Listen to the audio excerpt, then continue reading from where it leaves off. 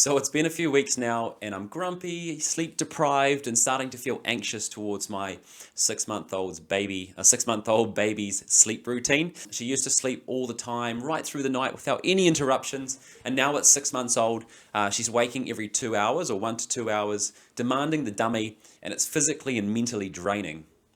If this is sounding something like your life right now and you're thinking, dang man, you're literally describing me and my baby right now, you're definitely going to want to watch this video in which I run through my next moves in regards to sleep training with my 6-month-old daughter and run through why they're waking up at that 5 to 6 month mark. Hey everyone, my name's Alex Russell, this is Dad Disclosure, and let's dive right into sleep training routines and what I'm going to do or be implementing for my 6-month-old daughter. The main issue with babies waking up multiple times in the night for you, and the thing that you really want to fix as soon as possible, is the reliance the baby's having on you being the main thing that settles and comforts them when they wake up in the night. To give you a brief understanding of what I mean, when babies are newborns up to about 4 to 5 months old, they generally wake up for food and that's about it. So when they hit that 4 to 5 month old bracket or age bracket, their sleep, the sleep pattern starts to change. Instead of drifting in and out of consciousness for that food throughout the night and day, babies will actually start developing a sleep cycle or a REM cycle, as we all say. As you all may know already, REM cycles are the cycle in which we sleep. So when we move from light sleep to sort of deep sleep and then into like a vivid dreaming state sleep. And babies develop that around 4 to 5 months old. So we go through this about 4 to 6 times per night and they last around 90 minutes or so each. So if we then step back and think about that in relation to baby turning 4 to 5 months old, we can see that it's not some weird coincidence that your baby has suddenly changed its sleeping patterns and that it's totally normal for them to go through this, and they're probably just as confused as you when they're waking up all the time. So the question then arises, what can we do as fathers to help our babies sleep through the night and move away from that disrupted sleep pattern that they're going through right now? From my knowledge, there are 3 different options. The first option, which is the cry it out method, as they say, that is when you're removing the interaction that they have on self-settling, so in my case the dummy, from them cold turkey. So you're definitely going to require a thick skin for this because they're going to cry a lot, and it's up to you to allow them to, as they say, cry it out until they can self-settle by themselves. Second option is to teach them to replace the dummy in their mouths themselves. So getting them used to how do they hold the dummy, how do they move the dummy, how do they put it in their mouth through the day, and then moving that onto the night, teaching them so when they wake up in the night, they can actually put the dummy back in themselves and self-settle. The third option is the sort of the softest option of it all, which is allow them to grow out of that stage and allow them to self-settle themselves. You just got to be aware that some babies don't grow out of it, especially for the nighttime routine. So you might have a 1 or a 2-year-old that's still requiring that dummy at night. So it's up to you on how you want to deal with that. So just think quickly about how you settle your baby when you first put them to bed. Do you rock them to sleep? Do you rub their heads? Do you dummy them? Do you feed them to sleep or soothe them to sleep? I personally use a dummy, and I always have since birth because it's been a really good settling technique for our daughter. So if there is some interaction with baby when they first go to bed and they're using you to settle themselves in that sort of drift off to sleep period, it's only natural that when they wake up in the night 4 to 6 times that they're going to demand that same interaction to then try and self-settle. So we have already tried to remove the night light, remove the white noise, and also even tried to feed her at 11 p.m. And I know that that is a supplement, supplementing a bad habit for another bad habit, but you kind of want to do and try anything when you're sleep deprived, but none of that sort of stuff worked. So what these losses did was actually lead me to research a bunch around broken sleep for babies at 6 months, learning about the whole sleep cycles, the REM cycles, and how they're changing, and then ultimately recognizing that it was the dummy that was causing the issue with my daughter when she lost it in the sleep, that she was waking up and requesting mum or dad to come and then put it back in. So my plan is to start with the daytime routine and try to remove the dummy from those daytime naps. I'll then move on to the nighttime as that first period when she goes down for the first sleep, and then remove the dummy there. I'm going to play with her until she's super tired and rubbing her eyes in every situation so that she doesn't need that self-settling because she's already tired enough. Wait for those signs of tiredness, and then I'm going to put her straight down to sleep. I won't give her the dummy or any other sort of comfort interaction from me to her, other than like a goodnight kiss and a couple of head rubs, but I will give her the blankie or like a toy or something that she can cuddle up to and feel that support and comfort from when she's requesting that dummy. When she wakes in the night crying for the dummy, I'll try to leave her for 2 to 5 minutes, they say, and listen for any sort of uncomfortable crying noises. I definitely don't want to be running in there for like a hungry cry or an attention cry. I'm just going to be listening out for those, I'm really sad now, I need your love from mum or dad cry. Those really important ones that you do need to go in for. So the aim is to help her recognize that she can fall asleep again by herself without the interaction of mum or dad or the sucking motion of the dummy. That's sort of the main goal of it all. One thing to recognize as well with this all as well, guys, is that as parents, you cannot pour from an empty cup, right? So if you're exhausted, if you're struggling to function through the day, and you just are just sick of life with a baby right now because you're just not sleeping at all, how can you be the best dang father or the best dang parent that you want to be, right? You need to sleep.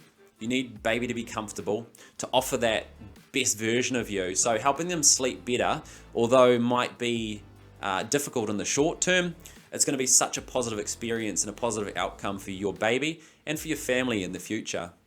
So let's skip ahead till tomorrow, day 1, check in on the outcome and see what happened there.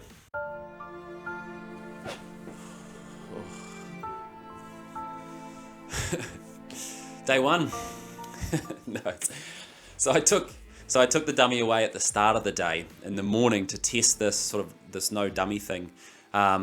She cried pretty much every nap. She wasn't comfortable at all. She refused to sleep initially, but we would just sort of rub her head, would settle her, gave her like a little blankie with a toy on it that she would cuddle into, and after about 5-10 minutes of this really uncomfortableness for her, she fell asleep without the dummy. So it was a bit of a success. It was just a bit of a challenge, as you could have well imagined would be the first day. The nighttime first sleep wasn't too tough, I would say. She did ask for the dummy upon trying to settle by herself with some cries, but I just walked in there, rubbed her head, touched her, held her chest as she likes, got her into a comfortable position, and finally after 5-10 minutes she fell asleep, which was good. I made sure to push her bedtime out an extra 30 minutes or so to around 7:30 to ensure she was extremely tired, and I also opted to give her another bottle before she went to bed to fill her up so that she didn't wake from hunger through the night. She stirred and made some grunts and whines at about 11 p.m, I would say, just before or just after we went to bed. But amazingly, she did settle herself at that 11 p.m. and fell back asleep, which was really cool to see. The real difficult part came in the morning at about 2 a.m. when she woke up, unsettled as she does without the dummy. She was searching for it, she calling out, and then she was crying. And I mean, like, really crying. This was the time to put on the old big boy pants, and step up as the strong parent in the relationship and the confident one. But no, it was pretty horrible in all honesty, allowing her to cry whilst trying to comfort her and rub her head at that time without, that quick source of comfort from the dummy.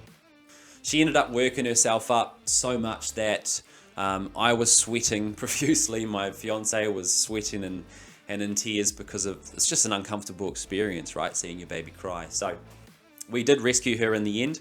We snuggled the shit out of her and we noticed that the cry had turned to more of a hunger cry.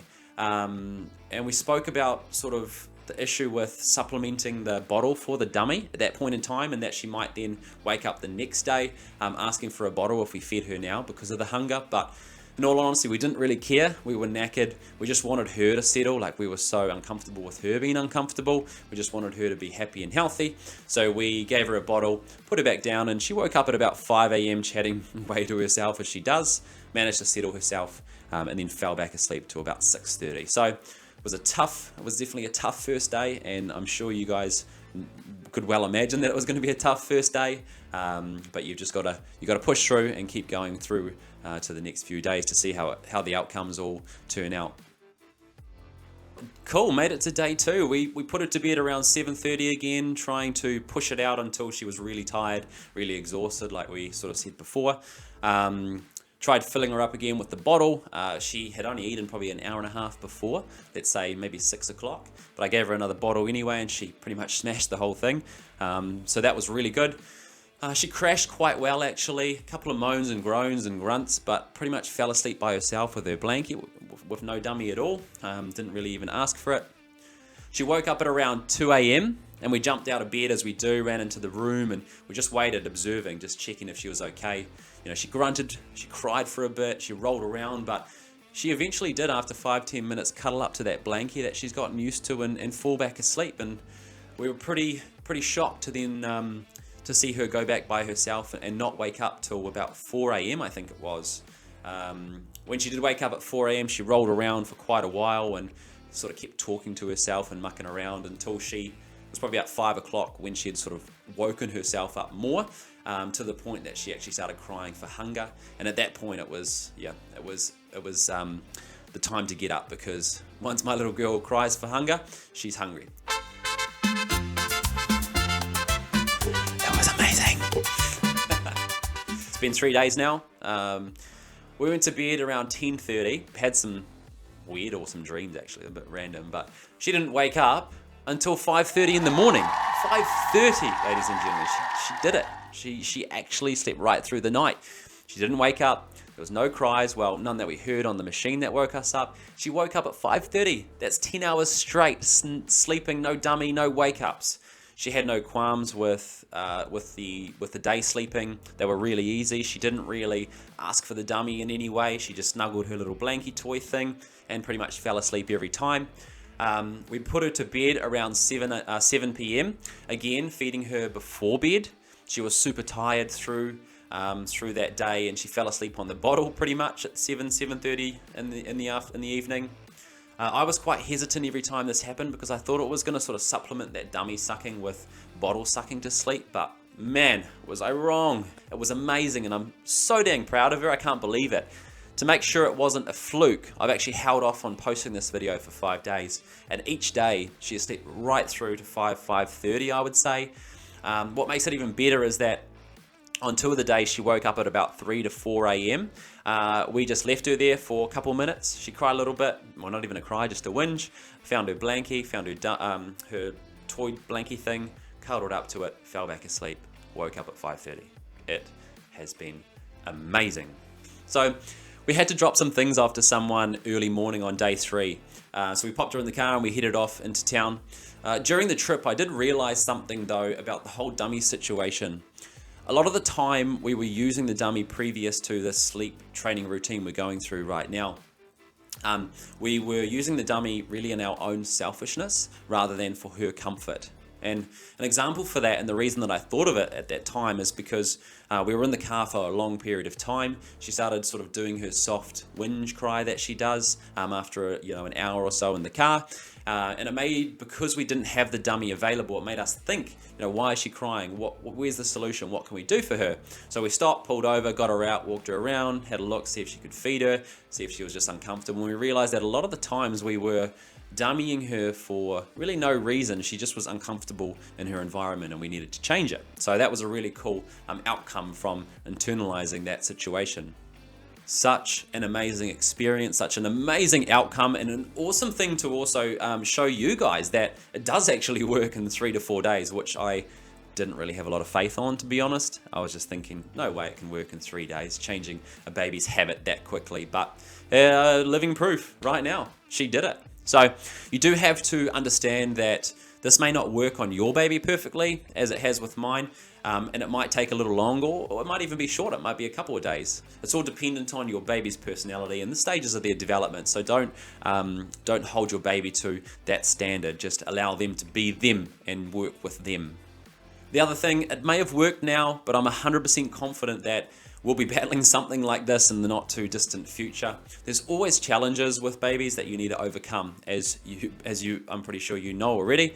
But this whole dummy sucking thing, 100% can confirm, tick it off as a success, throw the dummies away, she's good to go. So thanks so much for watching, everybody. Please like and subscribe for future videos, as I'm always looking to make some awesome content for you, give you some real life situations that's happening, especially with my little daughter. Till then, stay safe. I'll see you in the next video, and enjoy your little ones. I feel like that's pretty good.